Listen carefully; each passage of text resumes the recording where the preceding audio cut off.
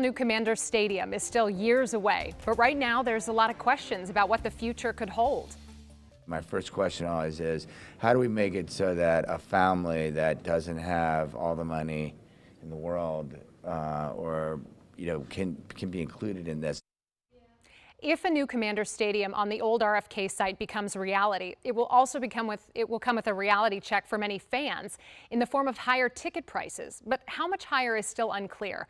We do know one thing: permanent seat licenses will be part of this equation. So what are PSLs, and will they price out longtime ticket holders? Chief Investigative Reporter Eric Flack has been digging into that question for us. And Flack, these PSLs they're becoming more common across the NFL. They sure are, Simone. You know, the Vegas Raiders generated almost $500 million from PSL sales, and they are not the only ones that are using this model. 21 of 32 teams now have PSLs. The Washington Commanders will make 22, but a lot of fans aren't happy about that.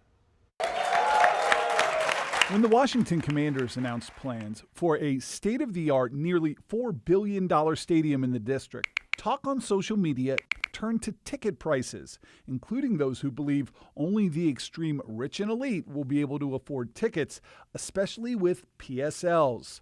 PSLs are permanent seat licenses. Fans are charged a one-time fee, much like a country club membership, for the right to buy season tickets. And PSLs are not cheap. Just ask Buffalo Bills fans. There was immediate sticker shock, especially in a smaller market like Buffalo. Michael Petro is the business reporter for the Buffalo News. He says fans were stunned when the Bills priced premium PSLs for its new stadium as high as $50,000 a seat.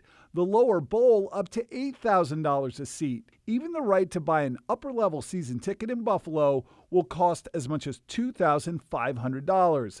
And keep in mind that one-time fee does not cover the yearly cost of the tickets themselves.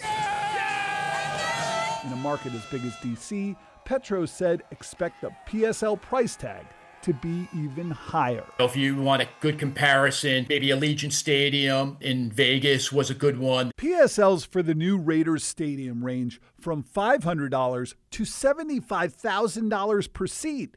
PSLs at the Tennessee Titans' new stadium, still under construction, start at $750 and go to $75,000 per seat. And the cost of both of those stadiums are roughly half of what the proposed new Washington Commanders Stadium is expected to be. So to be clear, in many ways, these PSLs are how the owners help pay for these huge, expensive stadiums. It's a must.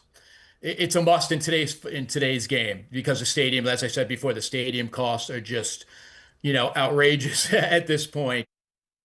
In fact, the Vegas Raiders generated almost $500 million from PSL sales. In a statement, the Washington Commanders confirmed PSLs will be part of its new stadium, but the team said it hasn't set prices yet because they still haven't done a stadium design or PSL analysis, which the Commanders say are linked.